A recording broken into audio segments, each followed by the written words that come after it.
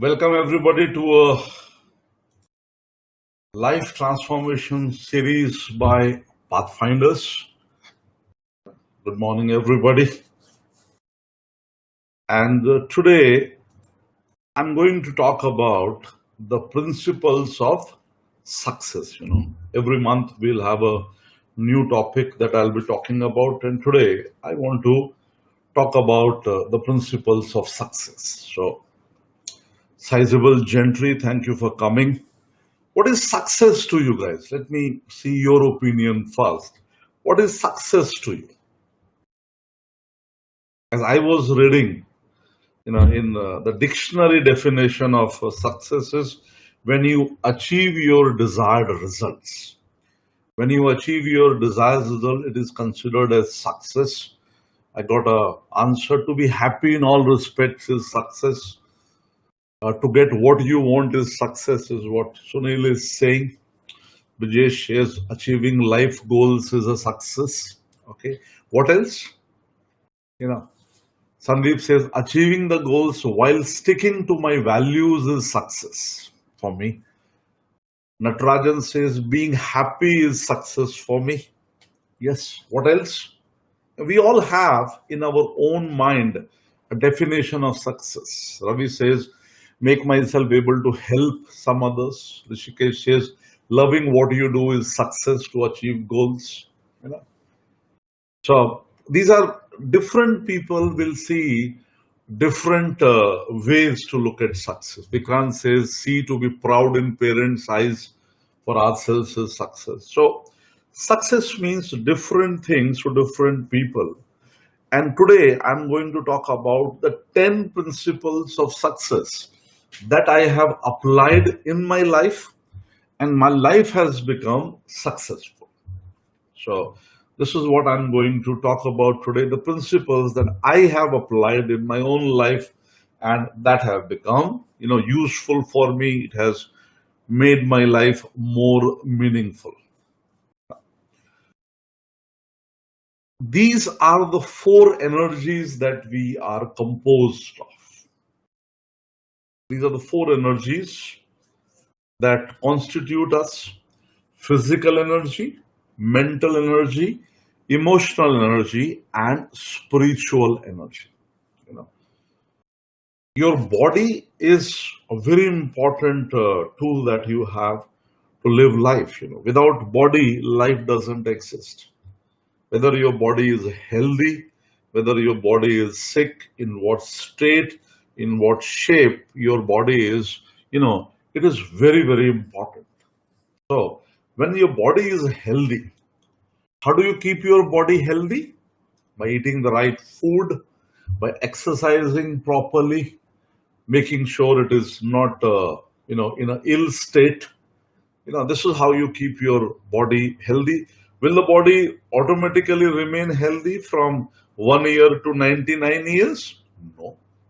This body has a metabolism, and the metabolism, as the age increases, the metabolism slows down. So as your age will increase, you will have to make more and more effort to make your body healthy. When you are 20 years of age, hardly any effort is required to keep the body healthy. But ask a person who is 80 years old how important and how much effort it takes to keep his body healthy. So the first energy you get is the energy of the body, the physical energy.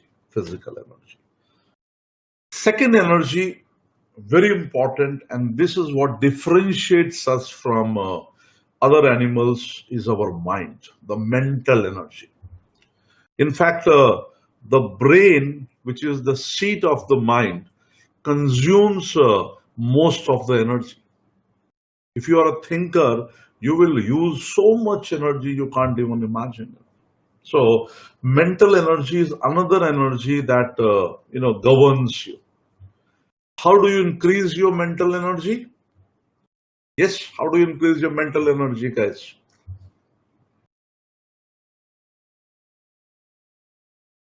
You reading. Reading is a great way to increase your mental energy, increasing your vocabulary. Brian Tracy, the famous author from US, he says what makes us intelligent is the combination of words. When a child is born, how many words are in his vocabulary? Zero. By the time he's 2 years old, he has maybe 20, 30 words in his vocabulary, and he can make very elementary words and sentences. I want to eat, Papa has come, Mama has come. So he can make very basic combinations. When he starts going to school, that's when his vocabulary starts increasing exponentially. And I was reading somewhere, by the time you graduate, you have about 700, 800 words into your vocabulary. And the more the number of words you have, the more combinations you can make. For example, if you have two words in your vocabulary, the combinations you can make is 2 into 1. This is factorization. If you have 5 words into your vocabulary, you can make 5 into 4 into 2 into 1. If you have 10 words in your vocabulary, it becomes very big. And imagine if you have 800 words in your vocabulary, so inside, your neurons starts getting properly wired. And the difference between a genius and an ordinary guy is just the number of words he or she has in his or her vocabulary. If you increase your words in any subject from 800 to about 4,000, you will become a genius in that particular field. So vocabulary gives you mental energy. In fact, it makes a lot of sense if you can add about 7 to 8 words every day into your vocabulary. If like all of you are parents, how many of you are parents who are father or mother? Say yes if you are a parent. Yes, a lot of parents here. So this is a very simple exercise you can do every day, especially if your children are in the growing age. When you are having lunch or dinner together, you can play this very simple game of vocabulary, where you can say, okay, I will remember the game we used to play Antakshari about Hindi film songs. You can have the same game. You can say, okay, I will say one word, the last letter of the word, you say another word. And you can have a dictionary handy so that, every day the whole family learns about 8 to 10 words. And you will be so surprised to see just within 3 to 6 months, you will see a very, very prominent change in the vocabulary of the whole family members. Our eldest son, he was a very voracious reader from the very start. I gave him the habit of reading. And when he, went, did his 12th and did his SAT, he's studying in US now. His most important strength to get admission in US was his vocabulary, actually. His English became so good. So mental energy, you can increase it. And this is such a simple method. Have you ever thought of this, guys? For how many of you this is a new thought? That you can increase your mental energy by increasing your vocabulary. Say yes. Yes. And such a simple thing. You can do it while you are traveling. You're doing it while you are relaxing, while you're reading. In fact, it's a good habit when you are reading a book. Don't hesitate to make the book dirty. Mark the word that you don't know and make sure you pick up the dictionary and look for that word. Pick up the dictionary and look for that word, and that word will just give you some more mental energy. Another way to increase your mental energy is to sit in silence for at least half an hour every day. You can call it meditation. You can just call it sitting in silence. Because when you are sitting in silence, what is happening? I'll tell you what happens. the scientific aspect of it. Everything is not spiritual aspects. Let's understand the scientific aspect of it. You know, you have a conscious mind and you have a subconscious mind. The conscious mind is only very small piece of the puzzle, and the subconscious mind is where everything is stored.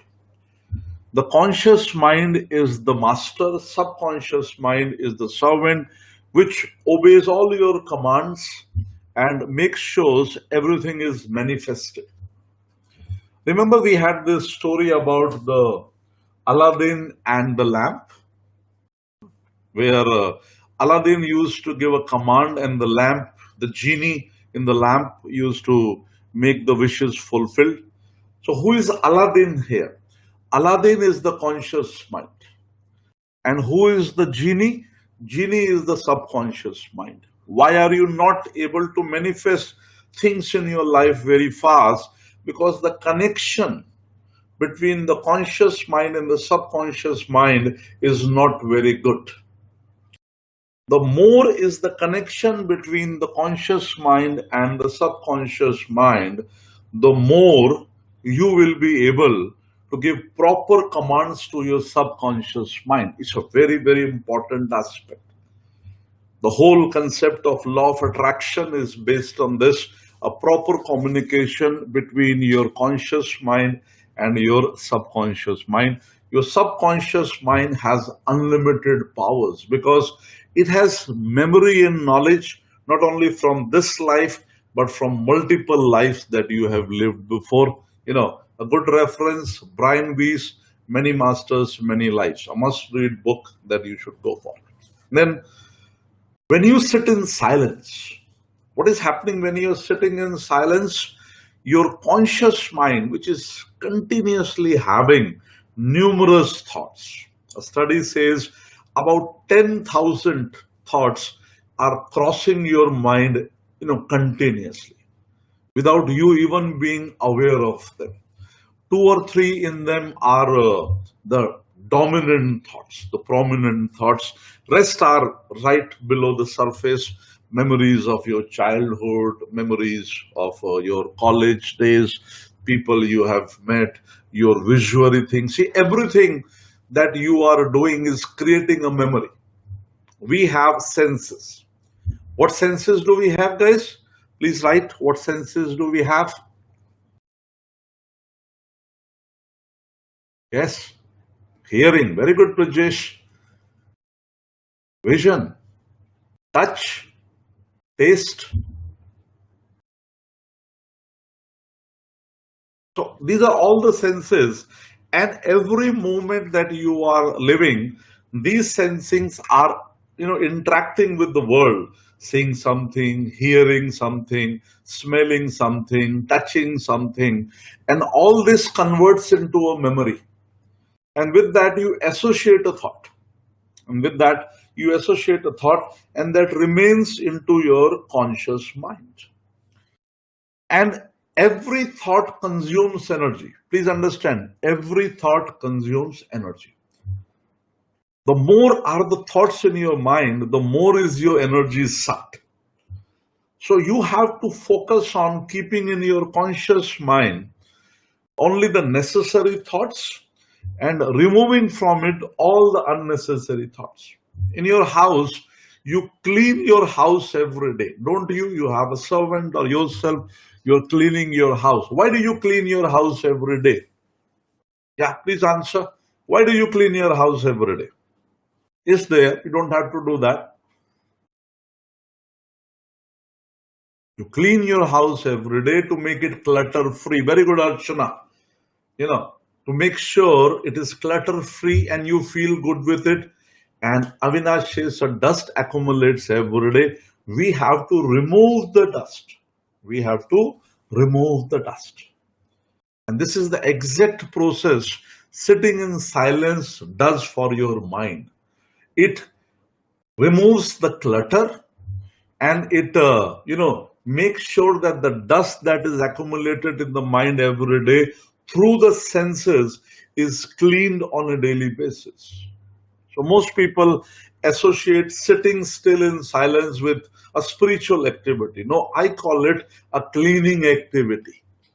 Every day for 30 minutes, when you sit in silence, you are decluttering your mind. The unnecessary thoughts are washed away and the necessary thoughts remain.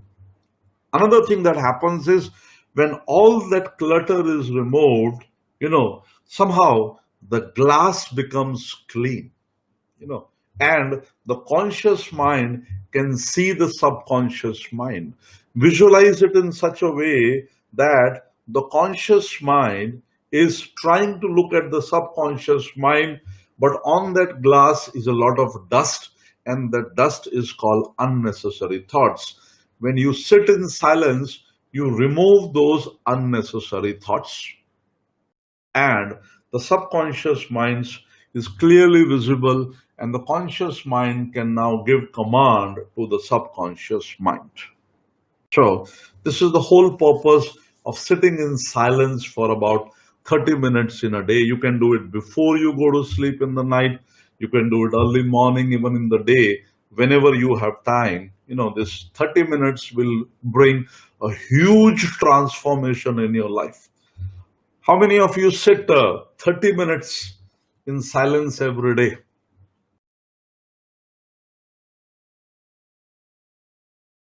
Very good. Those who do. And those who do not, after listening to this, how many of you promise that you will sit 30 minutes every day in silence every day from today? Without connecting it to any religion or a spiritual activity, just cleaning your mirror. Just cleaning your mirror. And a family. How many of you have your family watching this with you? Say yes if you have your wife or your children watching it with you. Great, guys. So make sure that before you go to sleep, just 15 minutes with your family, just close your eyes, and I'll tell you one small trick that will do wonders. One sense that many families lose touch of is the touch. They stop touching each other. In an age of mobile phones and video phones and WhatsApps and Facebooks, somehow the touch has taken a backseat. The touch has taken a backseat. I was recently into a meditation retreat in Khandala. This is about 2 hours drive from Mumbai, where I stay. And there, our teacher, when she started the retreat, and it was a very close group of just about 10 people. And she said, let me first teach you how to hug. And, we were a little taken aback because we are not in a habit of hugging strangers. You know. So she said, let's do one thing. We will all learn, meditate, do things later on. First, I want you guys to hug each other. I want each of you to touch each other and hug each other properly so that you make a connect. And I'm a meditator, but I'm not a hugger. So for me, it was a little new thing. But I said, well, let me try it anyway. And I gave a proper hug, beer hug, I gave to all the participants. And you won't believe, in just 15 minutes, all the barriers had broken down. And even after 1 month after the retreat, we are all in touch with each other. We meet each other, and we have become such great companions in this journey of life. So when you greet a person, try to hug him. If there is a reason to hug, it will make your connection very, very strong. Okay. I'm just making a base, guys. I haven't come to the principles yet here. Another thing that you can do, is that when you sit in silence in the night, 15 minutes only, the whole family, hold your hands. Sit in silence by holding your hands. Touch. Hold your hands and sit in silence for 15 minutes. What will happen is you will collectively clean all the dirt that has been finished, that has been accumulated for the whole day. And connectivity with each other in the family is a great challenge these days. Can you agree with this one? These days, with all the gadgets, connecting with each other in the family is becoming a challenge. Relationships are becoming a challenge. Say yes, nobody can see what you are writing here. So, this very simple thing can take you to a different level of relationships here. And I'm talking of day to day things, something everybody can practice. You don't have to go anywhere, you don't have to do it. So, this is how you can increase your mental energy. The third energy is emotional energy. Now, we have a physical body, we have a mental body, we have an emotional body, we have a spiritual body. All four bodies are there. Emotions, what is emotion? Emotion is energy in motion. That's how I call emotion. Energy in motion is called emotion. How are emotions generated? Emotions are generated by senses. They are generated by senses. You look at something, you hear something, you touch something, and immediately an emotion is generated. Somebody speaks something to you, and you have your own mindset. And if it is not according to your mindset, then you will say, okay, this is generating a negative emotion for me. If it is according to your concept of happiness, you will say, I am generating a positive emotion. But basically, what is emotion? It is the vibration of your energy. When your energy vibrates up and down, it is generating of an emotion. What are the common emotions that we experience every day? Yes, friends, what are the common emotions that we experience every day? Let's talk about them. Love, anger, depression, ecstasy, tension, fear, frustration, sadness. I'm just reading what all you are writing to me. These are all the emotions. So, when you are in that emotional state, for example, you are feeling ecstatic. Your son gave exam and he scored a fantastic percentage.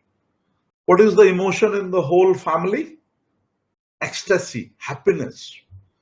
You are feeling all that hard work that went into making him study, goes up. And especially seeing because exams are coming now. But if the results do not come according to the expectation, then it is depression, sadness that comes here. So, the emotions are generated either by the thoughts that are inside us continuously moving or an external factor from outside that affects us. So, you can have a positive emotional energy and you can have a negative emotional energy. So, the positive emotional energy is normally with the emotion of love. And the negative emotional energy is normally with the emotion of fear. The basic emotions are only two. One is love, another is fear. And everything else is a combination of both. The way there are three main colors and all other colors are combinations of them basically here. So, when we are looking at the emotional energy is very live, it is very vibrant.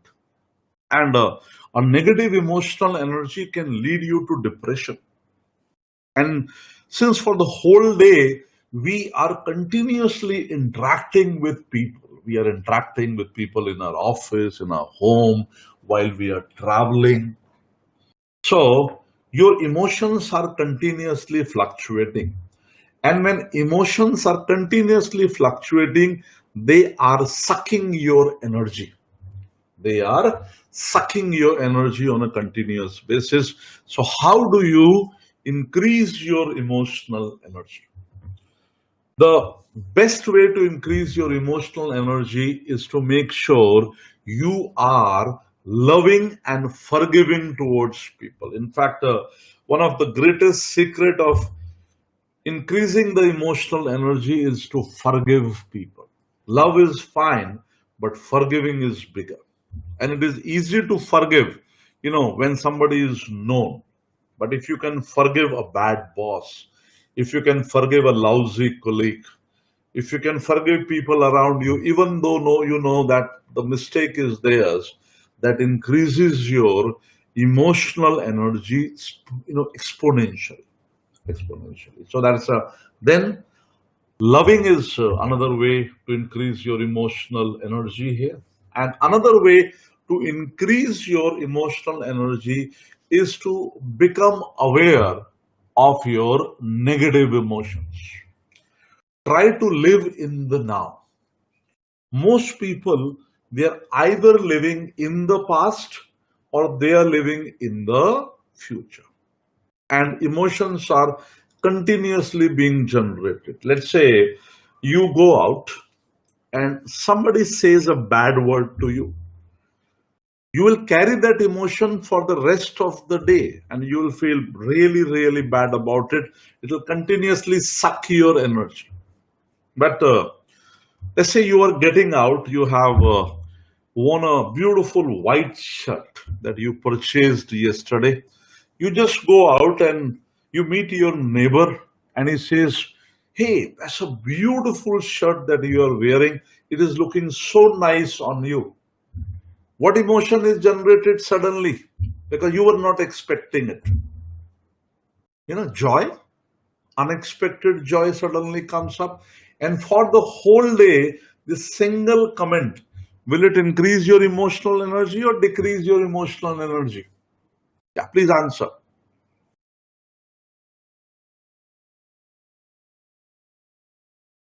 So one very other simple method to increase your emotional energy is to, consistently give compliments, to others. Genuine compliments, not fake. Not saying to your boss you are great when you know he's not great. Genuine compliments. When was the last time you told your wife you look so beautiful? When was the last time you just went to her and hugged her and say, "I'm so thankful to you"? You know, so all these things, in fact, the biggest sucker of emotional energy is in the family itself. The family itself is a big suck in the emotional energy, and one place where you can go out in the morning carrying a lot of emotional energy with you is the family itself. So, the first place you have to work on is the people around you. Work on the positive relations and work on the negative relations. But I'll also warn you, there are certain relationships which are beyond repair. And I've seen people who have just cut loose from those relationships and it has worked wonderfully well. So that's your choice, but you should continuously increase your emotional energy. Do I make sense so far, guys? 40 minutes into the session now. So let's talk about this important aspects of life. The fourth energy is spiritual energy. Now, what is spiritual energy? If you look around, there is nobody like us. We are the only one on earth who talk, sing, have parties. Everybody else looks very different. And that's why, we have this sense of being different. When I was in my school, I used to read Eric von Däniken. He used to talk about are human beings aliens and have aliens visited us in the past. I used to be very fascinated with it. In fact, I read a lot of alien books. And one thing I know now is all of us have a deep spiritual connect, which we are not able to understand. So, spiritual energy is generated when we are able to connect with ourselves. Raman Maharishi says you should lie down and ask, "Who am I? Who am I?" And one of my favorite book is the Power of Now by Eckhart Tolle. Amazing book to read. And he is one of the few masters who got enlightened while he was in the process of committing suicide. Must read book for everybody. And he says the secret lies to be in the now. Now is extremely important. You know, so when you go in and you touch on your spiritual energies and you reconnect, we talk about loving everybody else, but I think the first place we have to go to increase our spiritual energy is to connect with ourselves. Most people suffer from an inferiority complex. They feel they are not complete, they are not whole. Something is missing in the life. Enough money is not there, enough things are not there. Because these are the four human needs. Every human needs this: peace of mind, a primary requirement, health and energy, loving relationships, and financial freedom. These are the four motivators for most of the people. And, you know, once you start connecting with yourself, once you start connecting with yourself, that's when you get number one: peace of mind. The mirror between the conscious and the subconscious mind becomes more and more, clean. And the more clean it is, the more you can look at yourself. Arun says, name of the book, The Power of Now by Eckhart Tolle. I'll write it down. The Power of Now by Eckhart Tolle here. Okay, so these are your four human needs here. So make sure you increase your physical energy, mental energy, emotional energy, spiritual energy, and at least once in a day, give a hug to your children. Make sure you give a hug to the wife, but to your own wife only. Eh? Okay, let's come to the principles now. And these are the principles that, I have applied in my own life. So I'm only talking about the principles that I've applied in my own life and which have worked wonderfully for me. The first principle, in my life that has worked for me is gratitude. Being thankful for everything that we have. So before I talk about this, let's have the gratitude meditation. Please sit straight, eyes closed. All of you and your family members, people who are around you, people sit cross-legged or on a chair, spine straight, eyes closed. Take awareness on your breath. Watch your breath going in and coming out. Your breath is your connection between your conscious and your subconscious mind.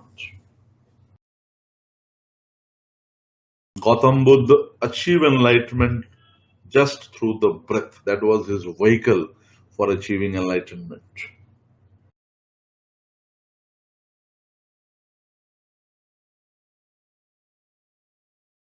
Remain aware of your breath. If a thought comes, acknowledge it and take the awareness back on your breath.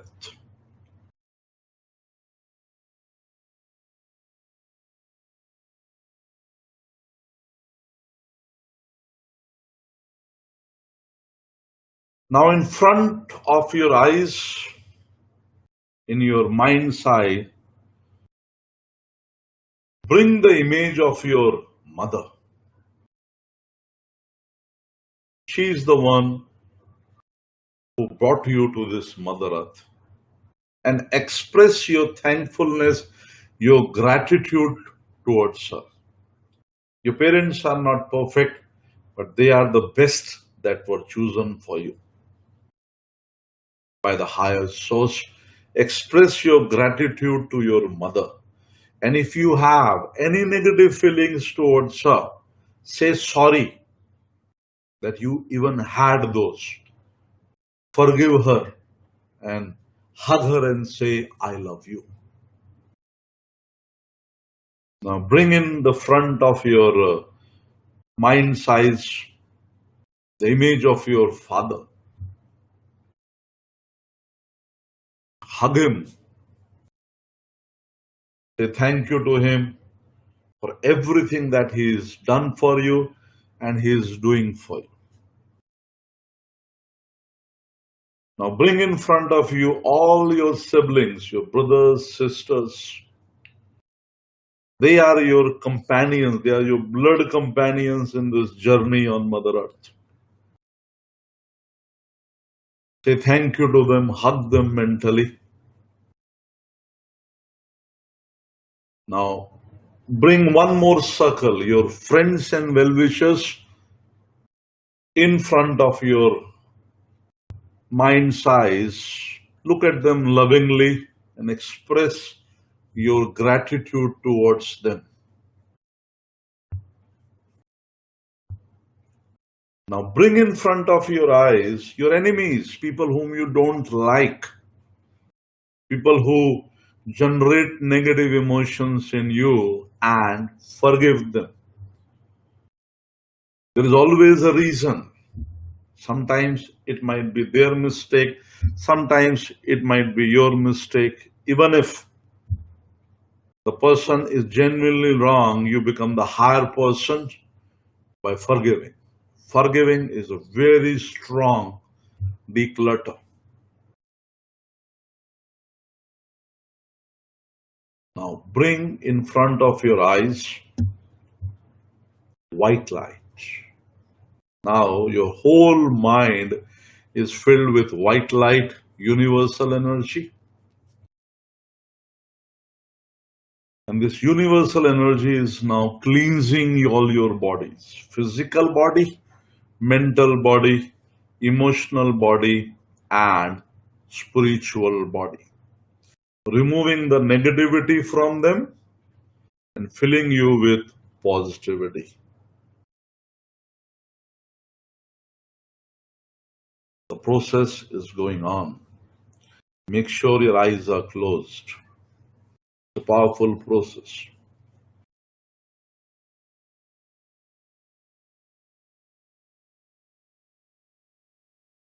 Bring your awareness on your breath again. Watch your breath going in and coming out.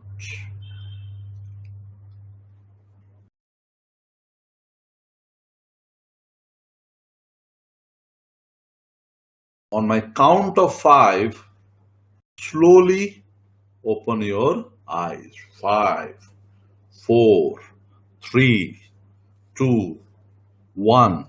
Please open your eyes slowly.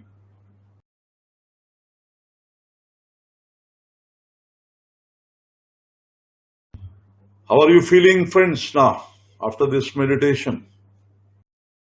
Please share.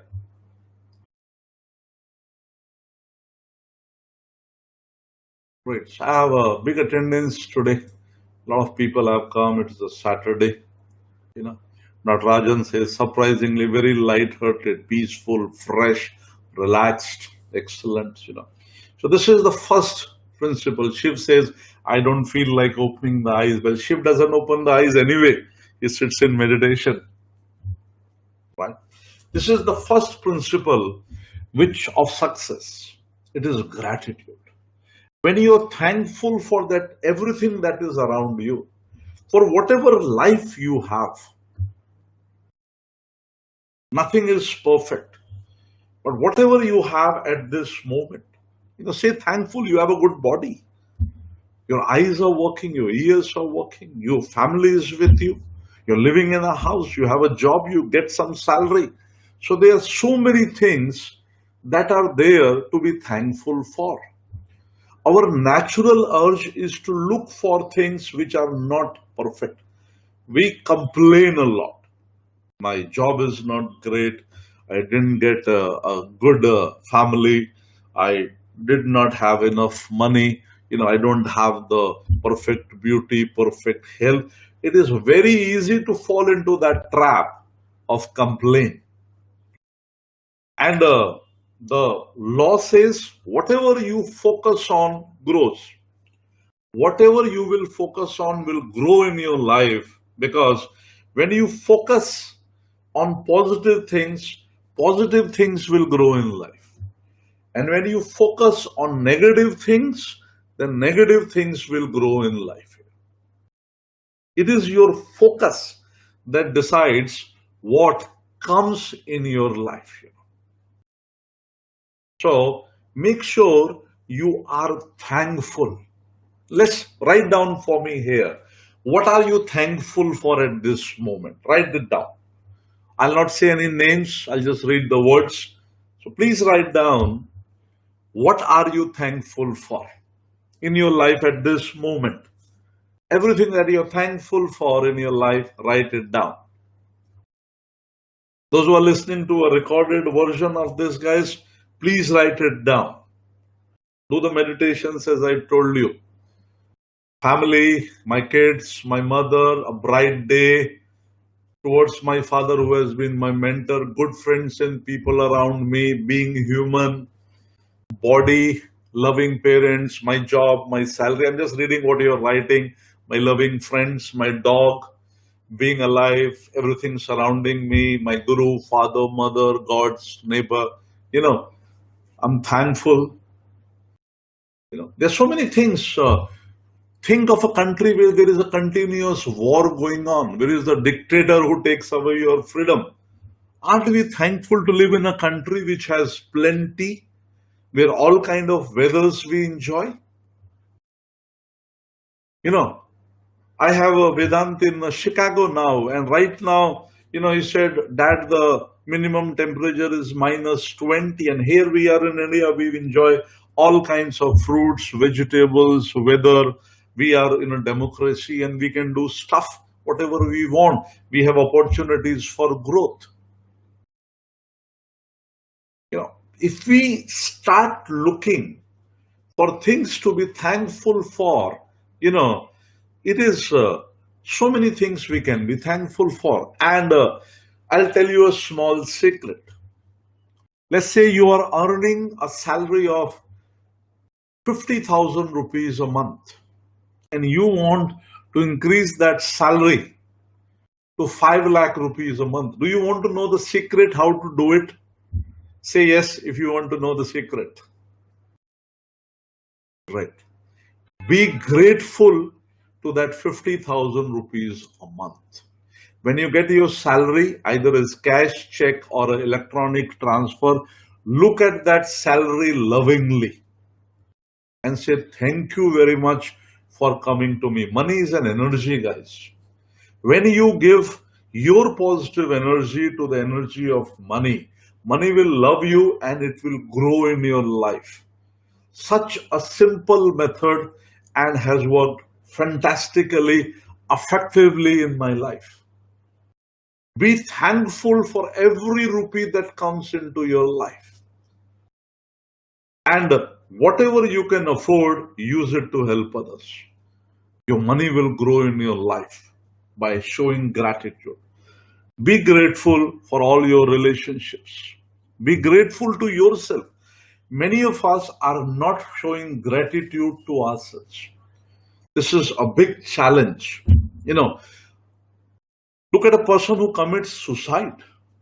That is a very extreme case when a person commits suicide. He is absolutely dissatisfied with himself. Committing a suicide is exactly opposite to a guy achieving enlightenment.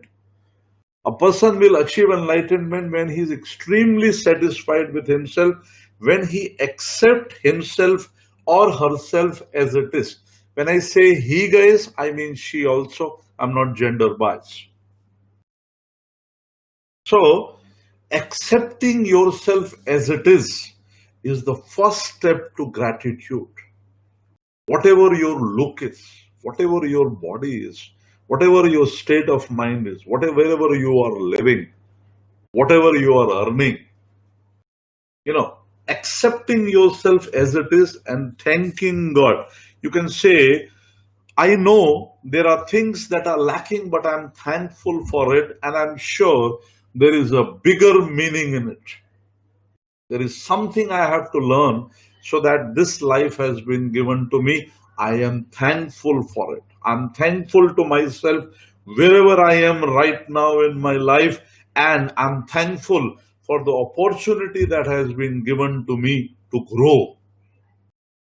Like at this moment, I'm extremely thankful that I have been given this opportunity to express my thoughts to you. I'm very thankful to you that you are sitting on the other side and you are listening to me. There are innumerable things to be thankful for. Make sure gratitude becomes part of your life. When gratitude is present, ego cannot be present. What is ego? Ego is edging God out. When we edge the God out, then we have ego.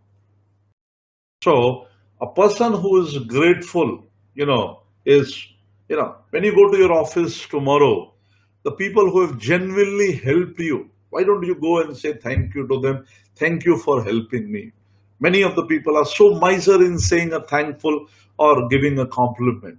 These are ways of showing your gratitude. So this is my first principle of success, being grateful to yourself, being grateful to others. It is easy to be grateful when the conditions are, conducive and positive. Find yourself methods and ways of remaining grateful even when the life is imperfect and it is not going well. The second principle that I've found of success in my life is unconditional love. Is unconditional love. If we look properly at all the interactions people have with each other, we always have expectations. Even parents, they have expectations from their children. They will take care of us in the old age. We have two boys, One is now 15, other is 19 now. Younger one is in 10th. The elder one is doing his bachelor's from USA. And we know that they will go away. We are mentally prepared for it. And we told them, we have no expectations, guys. Whatever we are doing for you is our responsibility as parents. We have brought you on this mother earth, and that is our responsibility. If you want to repay us, make sure you do it to your children and their children and to people around you. That is what will make us happy. You have no pressure to take care of us in our old age. If they do, that would be a bonus. If you truly love somebody, let him go. If the love was genuine, he will come back. And if it was not genuine, it doesn't matter anyway. So unconditional love is what is very important. And when I say unconditional love, I do not mean love to people we know. I mean love to everybody. Love to the unknown people. When we meet strangers, can we be loving towards them instead of guarding, When we are with our friends, colleagues, can we be loving towards them in all the situations? And what is the first condition of unconditional love? The first condition of unconditional love is forgiveness. When you can forgive each and every person. A living example of this, is Gautam Buddha, extremely forgiving. Remember his elder brother Devdutt. For his whole life he was troubling him and he was continuously forgiving him. Look at all the masters. You look at Jesus, you look at Krishna, you look at, all the masters that are there. They all have unconditional love. In fact, I believe that our growth as human beings starts when we have unconditional love. Our unconditional love is what makes us great. And it is very easy to love somebody when he's giving you something or when he is, of use to you. So there is a huge difference between usability and love. If you go dig a little deeper in your relationships, you will find that a lot of relationships are need based. You are keeping a relation with that person because you have some expectation from the person. Can you agree on this one, guys? It's a tough one. We all have expectations. Yes, thank you very much for your. And when you tone down, they will never become zero. We won't become, you know, perfect in 2 days, but we can try. Try to have unconditional love. In fact, what differentiates a loving person from a non-loving person is how he treats his servants, how he treats the people who are on the lower rung of the ladder. That's what differentiated great people from, ungrateful. Unconditional love means you will love everybody. It can be your driver, it can be a sweeper, it can be your friend, it can be your enemy, it can be a colleague, it can be a stranger on the road. So when you love everybody unconditionally, you grow as a human being. Naresh says expectation is the root cause of unhappiness. Yes, you can try in this direction. It will take a long of time, maybe lifetimes, but unconditional love is what is at the base of success for me. The third principle that I have discovered for myself to give success to me is respect. Now, respect is a very deep principle. There was slavery in US for centuries, between black and whites. You look at the Roman Empire, there having slaves was common, normal. So what was one thing missing between the two? Respect. They did not respect each other as human beings. So when you are going into the world, the first thing a person needs is dignity, self-respect. Everybody works for money. Try this. In your office, go to your junior staff. People who are invisible. They are doing their jobs, but they are invisible.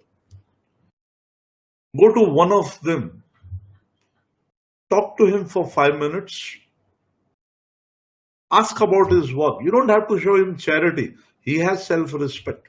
Talk about his work and just make him feel a little important.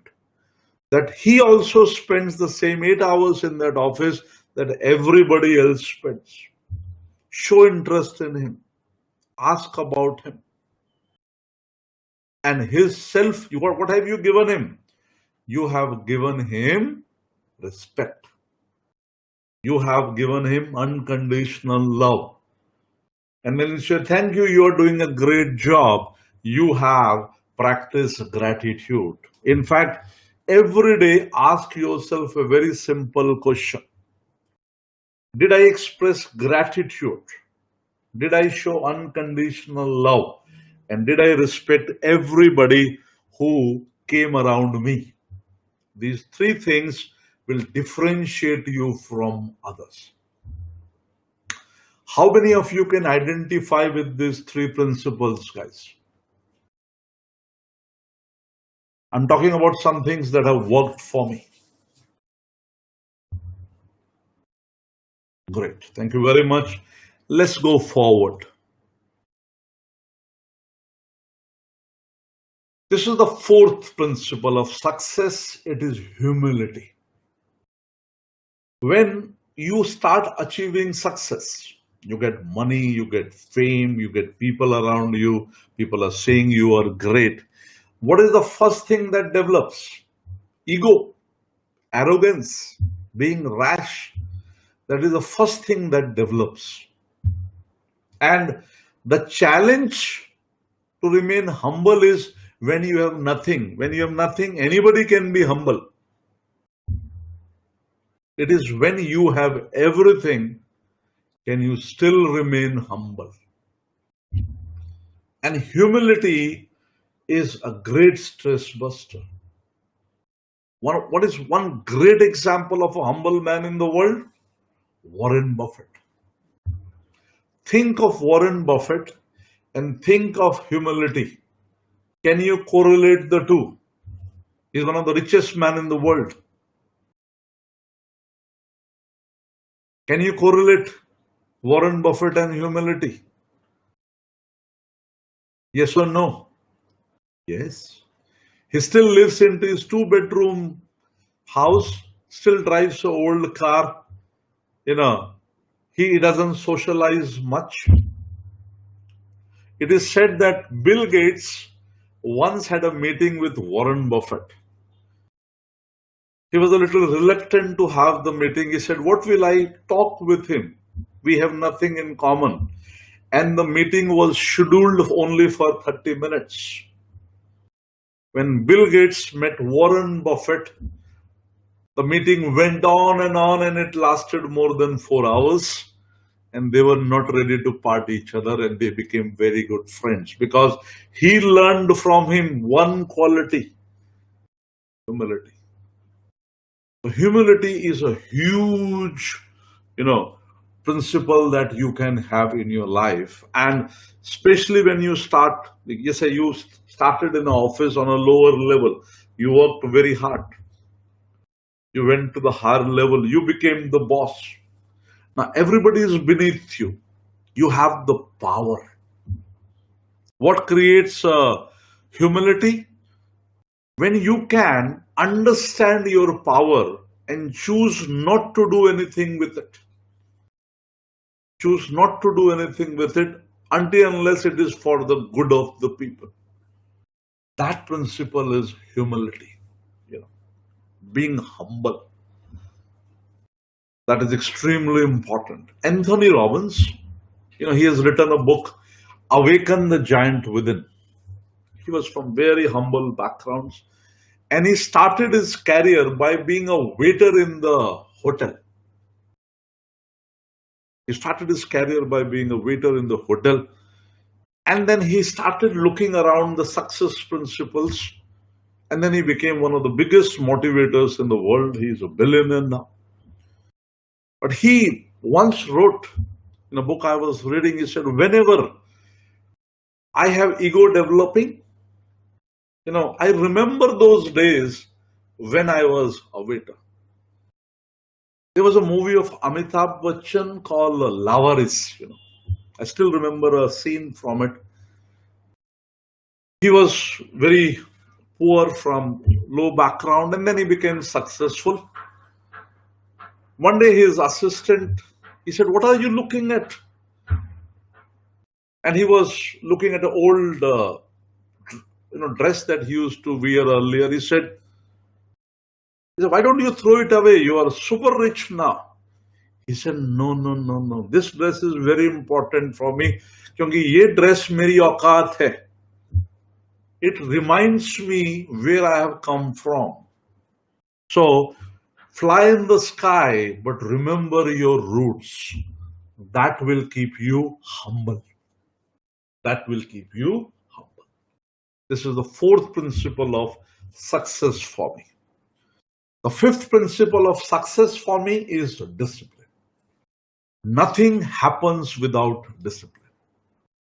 I was in Uri for a few years, on the India-Pakistan border when I was working on the Uri hydropower project with Skanska. I'm talking 1990s, 1992 to 1996, I think. Those were the years. And there, I saw the life of the army people there. It's a tough life, guys. Hats off to them. I salute them. Because of them, we are safe and sound. And what is the whole army life dependent on discipline? It will just crack down if discipline goes away from there. And in our life also, every day we are given one thing and nobody receives less or more. God gives us exactly the same. What is it that we are given every day? Same to every day. Please answer. 24 hours. Thank you, Mahesh. Each one of you is given 24 hours every day. Nobody is given a second more or a second less. Whether it is the president or the peon, both get their 24 hours. And each hour is consisting of 60 minutes and each minute is consisting of 60 seconds. So, what you do in these 24 hours differentiates you from being successful and non-successful. Now we are coming to action. So far, the first four principles are about attitude. The first four principles are about attitude. And now I'm going to talk about action, which will give you success. You need to have discipline in your life. As I said, you have four energies: physical energy, mental energy, emotional energy, and spiritual energy. Do you allocate enough time every day so that you get a balanced quota of all the energies? Are you an early riser? An early riser is a great asset to success, because if you rise early, you get those extra few hours. If you rise 2 hours early, in just 12 days, you get a day extra. That will make a huge difference. So, in a whole month, you get almost 2.5 days extra. In a whole year, I think 25 days extra, if my maths is right. So these small things, write down. How many of you have a written plan of the day? When you wake up, you look at your written plan of the day. I can bet hardly anybody. Hardly anybody, maybe one or two. That is the first thing you have to do. Make sure you have an agenda for the day, where you are dividing your work into priority and non-priority. And you are allocating time for everything. That will give you discipline. And make sure once you have done that work, you tick it. Once you have done that work, you tick it.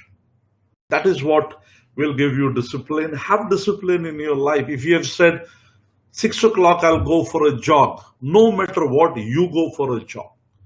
If you say in the night 11:30, I meditate, you do that. If you have said, I will not leave office till I finish my work and I'll make sure I do not sit 1 minute extra. You will pressurize yourself in the day, and you will really work on that one. And I've seen that. I was working on the Yungan hydropower project in Peru, South America, when I was working with Skanska.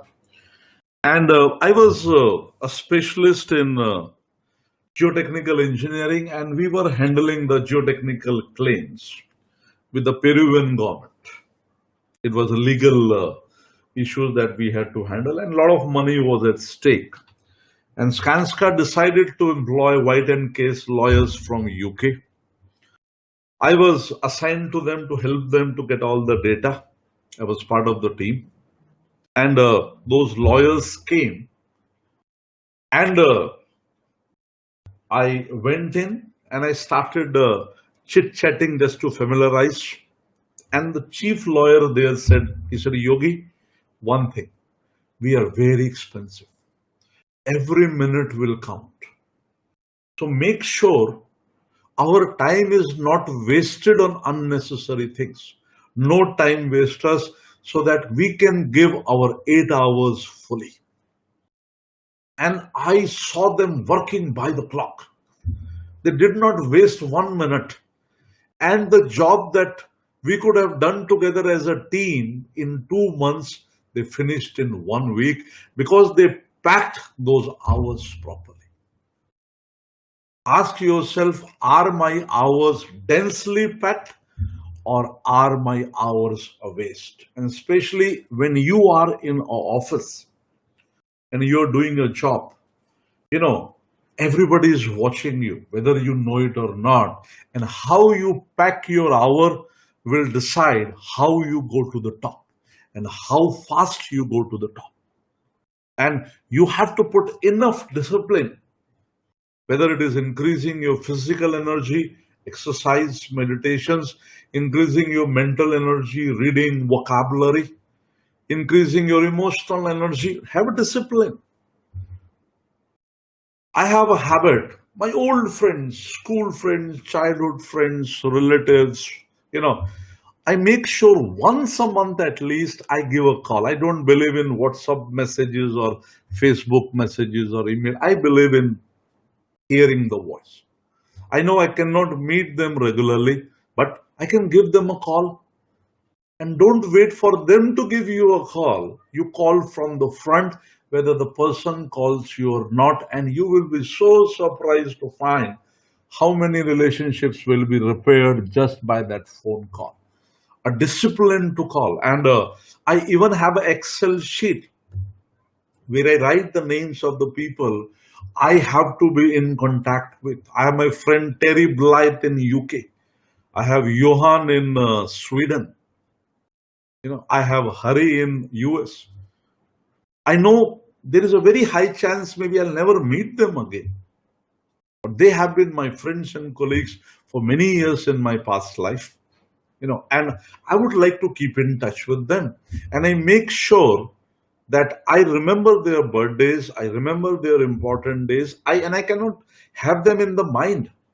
But we have great tools now, and it takes only 2 minutes, 5 minutes. You don't have to talk for hours. And what have you shown by that phone call?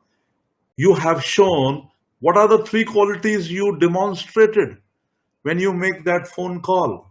You demonstrated gratitude, you demonstrate unconditional love, and you demonstrate respect, and you demonstrate humility. That they are important to you in your life, and that's the reason you are calling them. Pick up that phone today. Don't wait even till tomorrow. Pick up that phone today, and your day will be full of joy. And this is also part of discipline. If you say, I want to know myself and I want to meditate every day, I want to sit in silence every day, make sure you do it no matter what. No matter what. I have my friend Ashok. He runs, marathons and has been running for, I think, 30, 40 years. He's 69 years old now. And he says, there is Fauja Singh who ran marathons when he was 100 plus. And I'll keep on running it. And that is his discipline. He never deviates from it. What is discipline? You decide on something and you do it no matter what. That is discipline. And once your life is in discipline, success will be an automatic outcome. Success will be an automatic outcome once your life is in discipline. The sixth principle of success I have found is consistency. Doing a thing consistently. Many of the people stop doing things because they become bored. Happens? They start something. For how many of you it happens? You start something enthusiastically, but in between you lose interest and you're not able to finish it. Say honestly, how many of you face this problem? You start something with great enthusiasm, but you're not consistent enough, and eventually it never gets finished. So consistency is one single thing that you have to work on. You cannot deviate from it. It is a cornerstone of success if you're not consistent. Who is the most consistent entity in the world? Tell me. The most consistent entity in the world who never deviates from the routine. Sun and the moon, right? Sun. Have you ever got a SMS from Sun? Today I'm feeling a little lazy. I don't think I will be able to come today. I apply for a sick leave. We will all, nature is consistent. Look at ant, very good Shishir, ants, Chinti. The way she lives her life. Thank you very much, Shishir, for this example. They're consistent and they can do great things. And your life, if it has consistency, it will take you to the next level. The seventh principle of success that I have found in my life is hard work. There is no shortcut to hard work. Hardworking people will reach success anyway. Abraham Lincoln, his story is a great motivation. He became the president so late in life. He failed so much, but he kept on doing it. He was hardworking. So, what is hard work? Hard work is opposite of laziness. Hard work is opposite of laziness. And to do hard work, what should you be filled with? You should be filled with energy. You should have enough physical energy, mental energy, emotional energy, and spiritual energy, so that you have enough energy so that even if you work for long hours, you will not be tired. A great example of hard work is our current Prime Minister Narendra Modi. What a hard-working man. Doesn't take any holidays. Keeps on working. You look at his routine, you read about his routine, that's a huge motivation in itself. He motivates me every day. He's a role model in hard work. So make sure you are a hard-working person. And a hard-working person will stand apart. Everybody will know this is a hard-working person. Make sure you become a hard-working person. That has worked wonders for me. Eighth principle. So we were talking about the action part now. Now let's look at the future. You should have a vision. What is vision? Where is your life going to be? 5 years from now, 10 years from now, 20 years from now, 30 years from now. And what are you going to do that will make a difference in at least 1,000 people's life? Vision is never about you. Vision is always about others. Goals are about you. Vision is about others.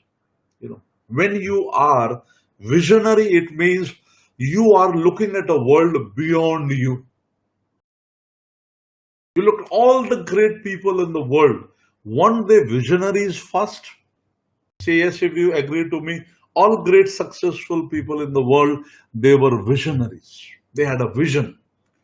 And they worked really, really hard to achieve that vision. So write it down today. What is your vision in your life? And make sure you are only executor of that vision. You will gain nothing from it. If you will gain anything from it, it is not a vision, it is a selfish goal.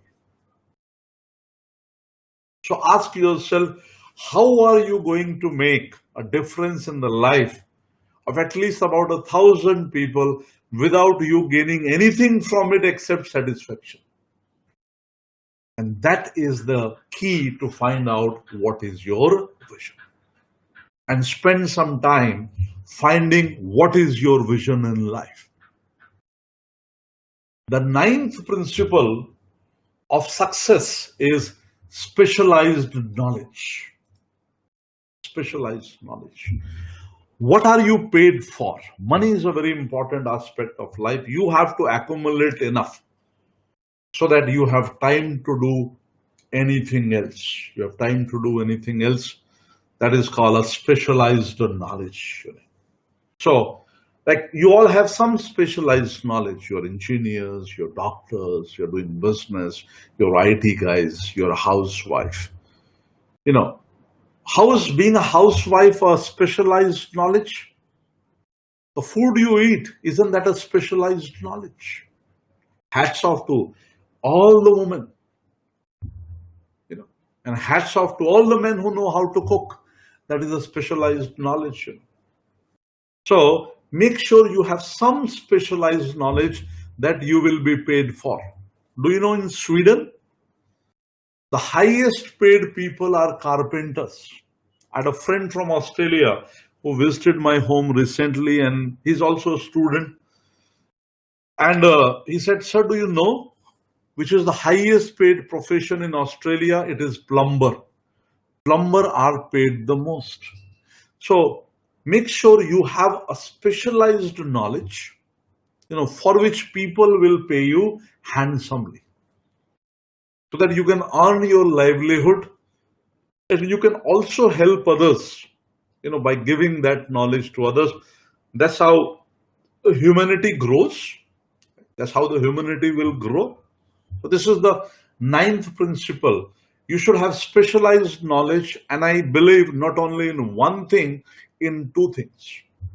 I have a friend of mine who is having his own business. He has 100 patents in his name. He's in pharma sector, and he has a specialized knowledge.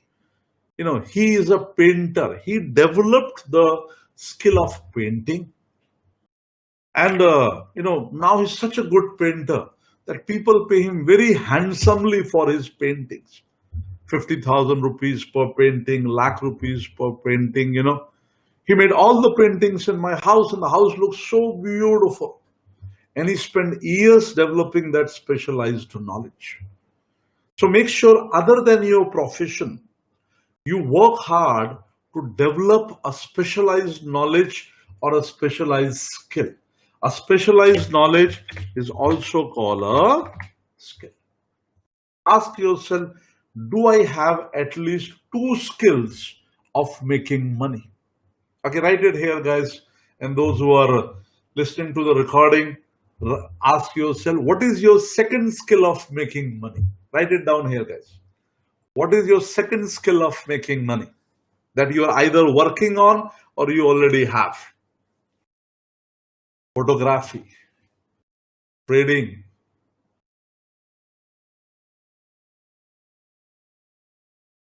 Okay. So, a lot of skills you have written here. Teaching, somebody said. Bag manufacturer. Second skill, Dega. Arun says, I'm a programmer. In addition, it gives me money. So work on that. And if you want to achieve success, make sure your second skill is giving you as much money as your first skill. So have a specialized skill, and that specialized skill will give you success, material success, money, so that you have enough to feed your family and help others. The 10th principle of success for me is decision. Taking timely decisions is extremely important in life. Whether they are life decisions, whether they are work decisions, whether they are personal decisions, you have to be decisive.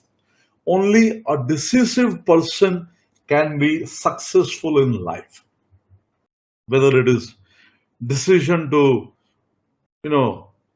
take a job, not to take a job, decision of your career, decision to get married, decision to take care of your parents, decision in jobs. So every day we take multiple decisions. And what kind of decisions you take will make your life successful or not. So taking a decision is again a very important principles of success. So guys, let's revise. What are the 10 principles of success? First principle is gratitude. Second is unconditional love. Third is respect. Fourth is humility. Fifth is discipline. Sixth is consistency. Hard work is the seventh principle. Vision is your eighth principle. Ninth principle is specialized knowledge or a skill. And the 10th principle is your ability to take decisions, small and big. So these were the principles of success that I wanted to talk to you. 10 principles of success is what I have touched upon. And if you live your life with these principles, I can assure you, you will have peace of mind, health and energy, loving relationships, and financial freedom. And you will be full of physical energy, mental energy, emotional energy, and spiritual energy. Thank you very much for allowing me to give this session to you. And, I hope it was useful for you and you can apply these principles in your life.